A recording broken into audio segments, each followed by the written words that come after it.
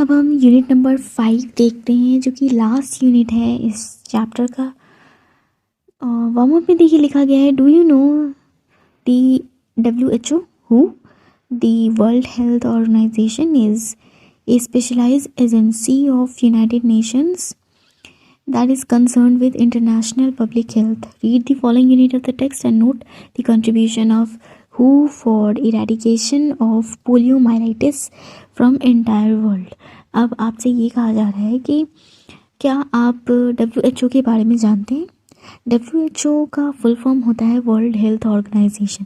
ये एक specialised agency है जो कि यूनाइटेड नेशंस यानी कि जो संयुक्त राष्ट्र की जो संघ है उसके अंदर में ये एक स्पेशलाइज्ड एजेंसी है जो कि काम किसके लिए करता है, तो इंटरनेशनल पब्लिक हेल्थ के लिए। जो पूरे दुनिया के जो ग्लोबल हेल्थ है उससे रिलेटेड काम वर्ल्ड हेल्थ ऑर्गेनाइजेशन करता है। आप इस यूनिट में देखेंगे कि किस तरीके से WHO ने यानी कि वर्ल्ड हेल्थ ऑर्गेनाइजेशन ने काम किया है ताकि पूरे दुनिया से जो पोलियोमाइलाइटिस है यानी पोलियो जो है उसको इरेडिकेट किया जा सके। अब हम टेक्स्ट देखते हैं इस यूनिट का। देखिए लिखा गया है टेक्स्ट में, the debate between safety and cost will continue but we are fortunate to have 2 good alternatives to choose from. देखिए ये जो वाद विवाद है कि कौन सा वैक्सीन अच्छा है, जो सेवन ने बनाया वो अच्छा है या फिर जो साल्क ने बनाया वो अच्छा है, इस पे आप वाद विवाद करते रहोगे कि कौन ज़्यादा सेफ़ है या फिर कॉस्ट किसका कम है ज़्यादा है, उस पे वाद विवाद होता रहेगा। लेकिन बात सबसे बड़ी ये है कि हम बहुत ही ज़्यादा भाग्यशाली हैं कि हमारे पास 2 बहुत ही बेहतरीन विकल्प हैं, 2 बहुत ही बेहतरीन विकल्प है पोलियो वैक्सीन के। हमें अपने ज़रूरत के हिसाब से हम जो भी चाहे हम वो इस्तेमाल कर सकते हैं। Both vaccines are currently in use throughout the world. ये दोनों जो वैक्सीन है पूरे दुनिया में अभी इस्तेमाल में हो रहे हैं। In the United states this 7 vaccine is used almost exclusively. In other countries the Salk vaccine is preferred. तो यहाँ पे ये कहा जा रहा है कि यूनाइटेड स्टेट्स में जो 7 ने जो ओरल वैक्सीन बनाई थी वो सबसे ज़्यादा इस्तेमाल होती है और बाकी के जो देश है उसमें साल्क ने जो वैक्सीन बनाई थी वो ज़्यादा प्रेफर की जाती है। और इंडिया में ओरल वैक्सीन ज़्यादा चली थी ना। आगे लिखा गया है, research continues to improve these vaccines. तो रिसर्च हो रहे हैं और इस वैक्सीन को और भी बेहतर बनाने की कोशिश हमेशा जारी रहती है। More effective culturing and purification techniques have been developed allowing the vaccine to induce higher level of antibody formation.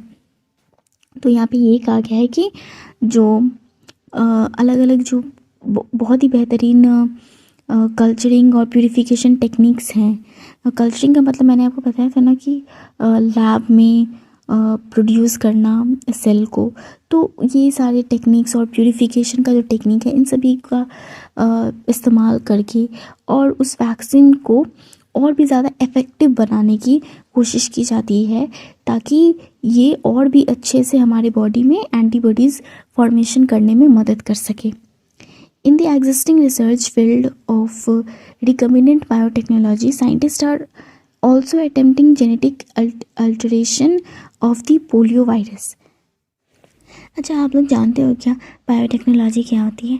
Biotechnology में क्या होता है ना कि जो बैक्टीरिया या फिर वायरसेस जो भी होते हैं ना, तो उनका इस्तेमाल किया जाता है ताकि ह्यूमन के लिए जो यूज़फुल प्रोडक्ट्स हैं उसको बनाया जा सके, उसको प्रोड्यूस किया जा सके। इसका बेसिकली इंडस्ट्रियल यूज़ ज़्यादा होता है, ठीक है।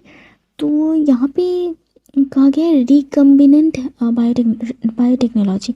रिकम्बिनेंट भी एक टेक्नोलॉजी है जिसमें क्या होता है ना कि जो बैक्टीरिया होते हैं ना या फिर वायरस होते हैं ना, 2 अलग अलग बैक्टीरिया या फिर वायरस हैं, तो क्या किया जाता है ना, 2 अलग अलग सोर्सेस से जो जेनेटिक मटेरियल होता है ना उसको लिया जाता है, उसको एक साथ कंबाइंड कर दिया जाता है, इसीलिए इसको कहा जाता है रिकम्बिनेंट टेक्नोलॉजी।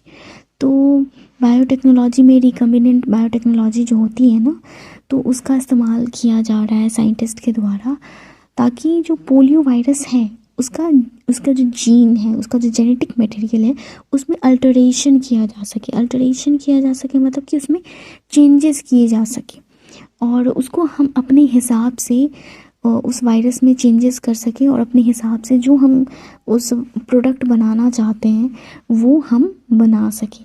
बेसिकली वैक्सीन बनाने के लिए इस टेक्नोलॉजी का इस्तेमाल किया जाएगा। Researchers are using Escherichia coli, a common bacterium that inhibits the gastrointestinal tract of human, as a host for bacterial gene cloning. Work is being done to take the gene of poliovirus, which code for the synthesis of viral caspid, the protein code of virus particle, and to combine it with E. coli gene. The E. coli can be synthesized viral caspid proteins to be used in making a vaccine. हाँ, अब ये बहुत ही ज़्यादा complex हो गया ना। इसको समझाया जा सकता है। जिनका बायोलॉजी सब्जेक्ट है वो तो समझ चुके होंगे ना ये सब, और जिनका नहीं है उनको मैं समझाने की कोशिश करती हूँ। जैसा कि मैंने आपको बताया, रिकम्बिनेंट बायोटेक्नोलॉजी जो है मेथड, इसमें होता क्या है? रिकम्बिनेंट टेक्नोलॉजी में होता है कि दो अलग अलग वायरस या बैक्टीरिया जो भी हैं वो लिए जाते हैं और उनके जो जेनेटिक मटेरियल्स हैं उसको जो पार्ट चाहिए, जो हमारी ज़रूरत है, बस उतना ही पार्ट लेना है दोनों का और उसको कंबाइन कर देना है ना। कंबाइन करने के बाद होता क्या है ना कि हमें जो चीज़ चाहिए वो जो न्यू जेनेटिक मटेरियल जो बना वो प्रोड्यूस करने लगता है, ठीक है, वो बनाने लगता है। तो इसमें क्या हो रहा है ना कि रिसर्चर्स ने क्या किया कि एस्चेरिचिया कोलाई एक बैक्टीरिया है जो कि हमारे गैस्ट्रोइंटेस्टाइनल ट्रैक यानी कि हमारे पेट और आंतों में, हम ह्यूमंस के पेट और आंतों में रहता है। इनहिबिट्स मतलब कि रहता है। तो ई कोलाई का इस्तेमाल, एस्चेरिचिया कोलाई का फुल फॉर्म मतलब ई कोलाई का फुल फॉर्म है एस्चेरिचिया कोलाई, ठीक है। तो एस्चेरिचिया कोलाई लिया जाता है, ठीक है, एक बैक्टीरिया है उसको लिया जाता है ई कोलाई को, और उसमें क्या करना है, उसमें हमें चाहिए कि पोलियो वायरस जो है उसके लिए वैक्सीन तैयार करनी है। तो वैक्सीन अगर हमें तैयार करनी है तो हमें क्या चाहिए कि जो वायरस है उसका कुछ पार्ट अगर उस ई कोलाई में अगर हम कंबाइन कर देंगे, कुछ ही पार्ट, पूरा पार्ट नहीं, कुछ पार्ट, कुछ जेनेटिक मटेरियल पोलियो वायरस का हम एस्चेरिचिया कोलाई की जो जेनेटिक मटेरियल उसमें कंबाइन कर देंगे और उसके बाद जो एस्चेरिचिया कोलाई जो बैक्टीरिया है उसको हम छोड़ देंगे ऐसे ही, ताकि वो अपने आप को ग्रो कर सके और अपना क्लोन बना सके, अपने आप को रिप्रोड्यूस कर सके। और जब वो रिप्रोड्यूस करेगा तो हमने क्या किया है, हमने उसका जेनेटिक मटेरियल चेंज कर दिया है ना। उसमें क्या किया है, हमने कट करके और कुछ पार्ट जो पोलियो वायरस का जो है जेनेटिक मटेरियल वो डाल दिया है। तो इसके बाद क्या होगा कि अब जब ई कोलाई प्रोड्यूस करेगा, रिप्रोड्यूस करेगा, तो वो बनाना क्या शुरू करेगा, वो बनाना शुरू कर देगा एक ऐसा वो प्रोडक्ट बनाना शुरू कर देगा जिसमें जो पोलियो वायरस है उसका भी कुछ अंश रहेगा। और हमें तो वायरस का कुछ अंश ही चाहिए ना वैक्सीन में, तो वही तैयार हो गया, वही वैक्सीन तैयार हो गया और उस वैक्सीन को इस्तेमाल किया जा सकता है। पता नहीं, कुछ हद तक शायद समझ में आया हो। आगे हम पढ़ते हैं, शायद और समझ में आए। तो यहाँ पे यही मैंने पढ़ा था कि researchers are using Escherichia coli as a host for bacterial gene cloning यानी कि जो जेनेटिक मटेरियल है उसका क्लोन बनाना शुरू करने के लिए। तो होता कैसे है, work is being done to take the genes of polio virus which code for synthesis of viral capsid and to combine it with E coli's gene. मैंने जैसा बोला कि जो एस्चेरिचिया कोलाई लिया गया और पोलियो वायरस लिया गया, ठीक है।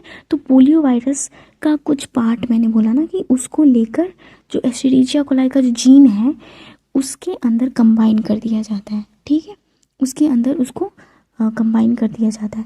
तो उसमें लिया क्या जाता है, जो पोलियो वायरस होता है तो उसमें पोलियो वायरस का वो वाला जीन का पार्ट लिया जाता है जिसमें वो वायरल कैस्पिड का सिंथेसिस करता हो।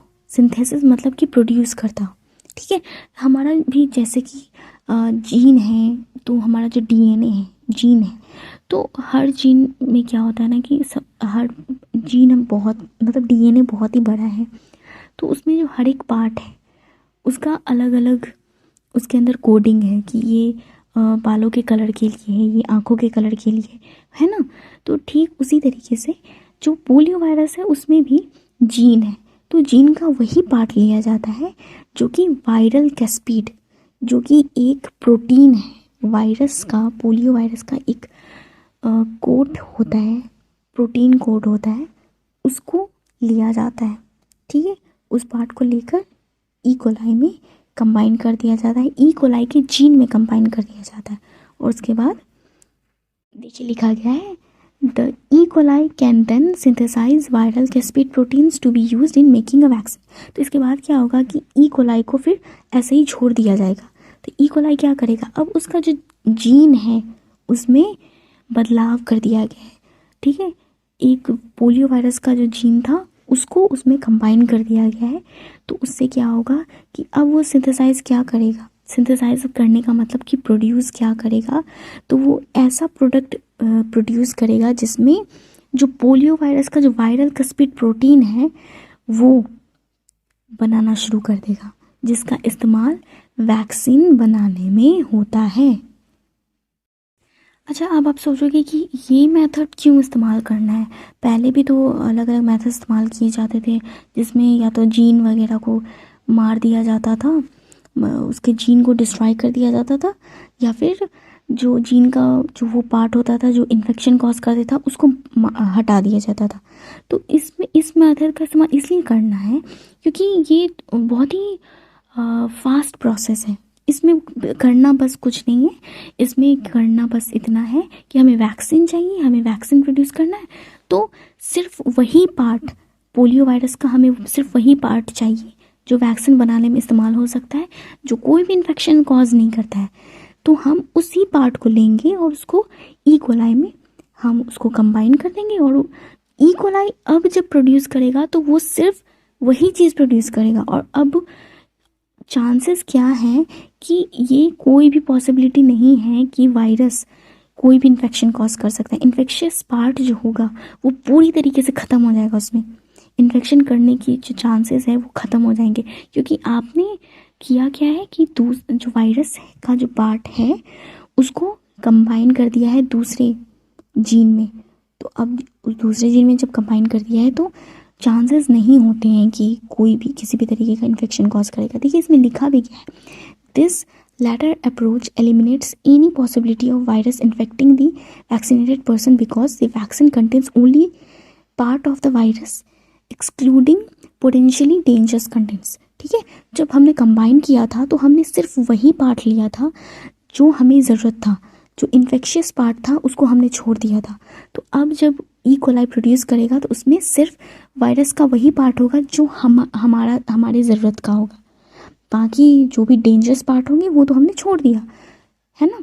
तो इसीलिए अब इन्फेक्शन करने का कोई भी चांस नहीं है कि पेशेंट को किसी भी तरीके का वैक्सीन से इन्फेक्शन हो सकता है, ठीक है। The discovery and use of polio vaccine has all but eliminated polio in the Americas. देखिए यहाँ पे ऑल बट एक फ्रेज़ होता है जिसका मतलब होता है ऑलमोस्ट कम्प्लीटली, ठीक है। तो यहाँ पे ये कहा जा रहा है कि पोलियो वैक्सीन के इन्वेंशन ने, डिस्कवरी ने और उसके इस्तेमाल ने ऑलमोस्ट कम्प्लीटली जो पोलियो है उसको अमेरिका से ख़त्म कर दिया है, ठीक है। ये जो आर्टिकल है ना, ये जो चैप्टर आपका जहाँ से लिया गया है ये काफ़ी पुराना है, ठीक है। अभी के सिनेरियो में अगर हम देखें तो पोलियो जो है ना पूरी दुनिया से ऑलमोस्ट ख़त्म हो गया है। सिर्फ 2 देश बचे हैं, अफ़गानिस्तान और पाकिस्तान, जहाँ पे अभी भी पोलियो वायरस जो है वो एग्जिस्ट करता है। जैसे कि इंडिया में की केस में देखेंगे तो 2014 में ही WHO ने इंडिया को पोलियो वायरस से मुक्त घोषित कर दिया था, ठीक है, सर्टिफिकेट प्रोवाइड कर दिया था। और पूरी दुनिया से अब ख़त्म हो चुका है, सिर्फ 2 ही कंट्रीज बचे हैं जहाँ पे अभी भी पोलियो है, ठीक है, और वहाँ से भी ख़त्म करने की कोशिश की जा रही है।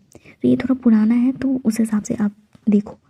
इन 1960 there were 2525 cases of paralytic polio in United states.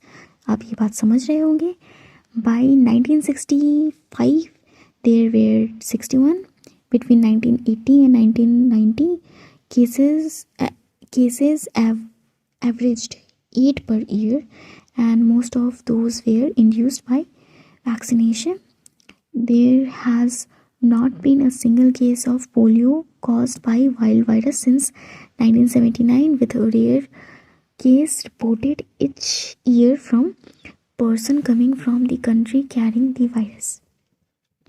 यहाँ पे ये कहा जा रहा है कि 1980 से 1990 के बीच में क्या हुआ ना, जो एवरेज जो लोगों को पोलियो होता था उसमें 8%, मतलब 8 ही लोगों को लगभग साल भर में पोलियो हुआ।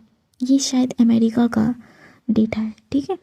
तो सिर्फ 8 लोग ही साल भर में, ऐसा रिपोर्ट आया कि 8 लोगों को ही उस समय पोलियो हुआ था। और ये 8 लोगों को पोलियो हुआ कहाँ से था? तो जो वैक्सीन दी गई थी ना, तो उसी वैक्सीन की वजह से, उसका जो वैक्सीन दिया गया था वो शायद इन्फेक्शन उस वैक्सीन ने कॉज कर दिया था, ठीक है। देखिए आज के केस में क्या होता है ना कि जो पोलियो वायरस होते हैं ना, वो 2 तरह से हो सकते हैं। या तो आपने जो वैक्सीन लिया था उसकी वजह से हो गया, या फिर दूसरी चीज़ ये हो सकती है कि नेचुरली जो पोलियो इन्वायरमेंट में फैला हुआ था तो उससे हो गया। तो यहाँ पे ये बताया गया है कि जो 8 लोगों को हुआ था ना, तो वो वैक्सीन की वजह से हुआ था, ठीक है। There has not been a single case of polio cause by wild virus. हाँ, तो 1979 से लेकर कोई भी वाइल्ड वायरस, मतलब वाइल्ड जो पोलियो है, यानी कि नेचुरली ऑकरिंग जो पोलियो वायरस है, उससे किसी को भी पोलियो नहीं हुआ था। सिर्फ एक रेयर केस दिखी थी, रिपोर्ट हुई थी, जो कि उन लोगों में पाई गई जो किसी देश में गए थे जहाँ पे पोलियो एग्जिस्ट करता था, वहाँ से वो आए थे, तो उनको हो गया था वाइल्ड पोलियो वायरस, उन्हें हो गया था, यानी कि नेचुरली ऑकरिंग जो वायरस था वो उनको कॉज हो गया था, ठीक है। In 1994 polio was declared eradicated in all of Americas. पूरे अमेरिका में 1994 में पोलियो एलिमिनेट हो चुका था, और इंडिया में 2014 में हुआ है, ठीक है। और अभी पूरी दुनिया में हो चुका है, सिर्फ 2 ही देश बचे हैं जहाँ पे नहीं हुआ है, अभी भी बचा हुआ है पोलियो वायरस का इन्फेक्शन।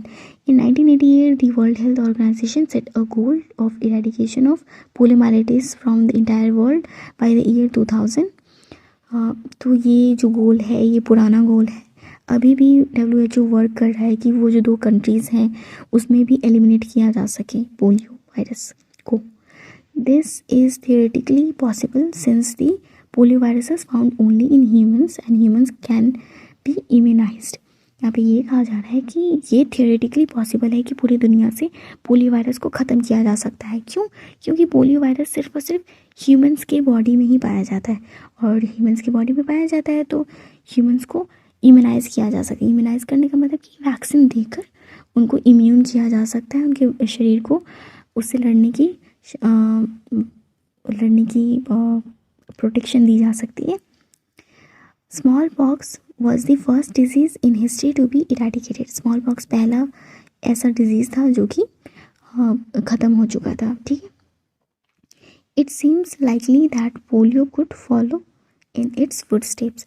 और ऐसा लगता है कि पोलियो भी, जैसे स्मॉल पॉक्स ख़त्म हुआ है वैसे ही पोलियो वायरस भी ख़त्म हो जाएगा। और हम सभी भी यही होप करते हैं कि वो जो 2 कंट्रीज़ हैं बचे हुए हैं दुनिया में, उनसे भी जो पोलियो वायरस है वो ख़त्म हो जाए।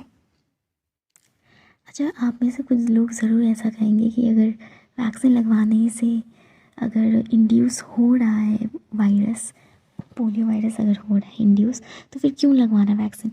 तो असल में अगर आप देखो तो वो जो केसेस हैं जो वैक्सीन की वजह से हो रहे हैं पोलियो, तो वो बहुत ही ज़्यादा कम है इन कंपैरिजन टू कि जो वाइल्ड वायरस है उसकी वजह से होती थी।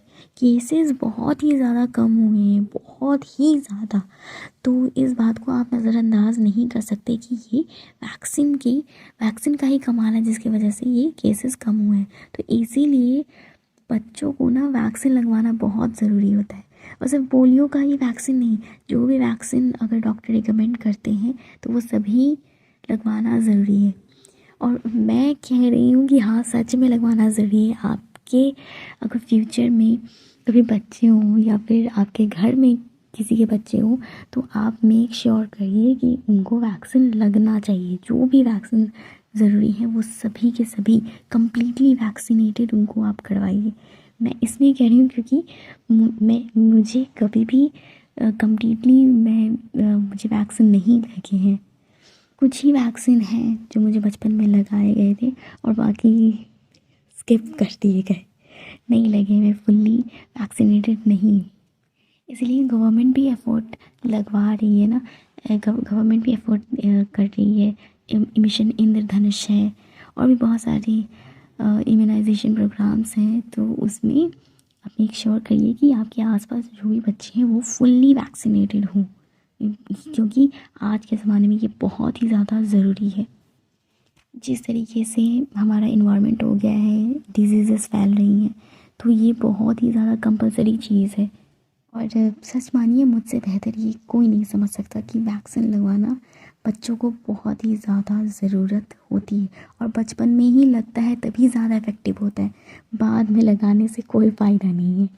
क्योंकि डॉक्टर्स पागल नहीं हैं जो बचपन में ही रिकमेंड करते हैं कि कौन कौन से वैक्सीन इस एज में लग जाने चाहिए। तो प्लीज़ आप इस बात का ध्यान रखें। Thank you so much for listening.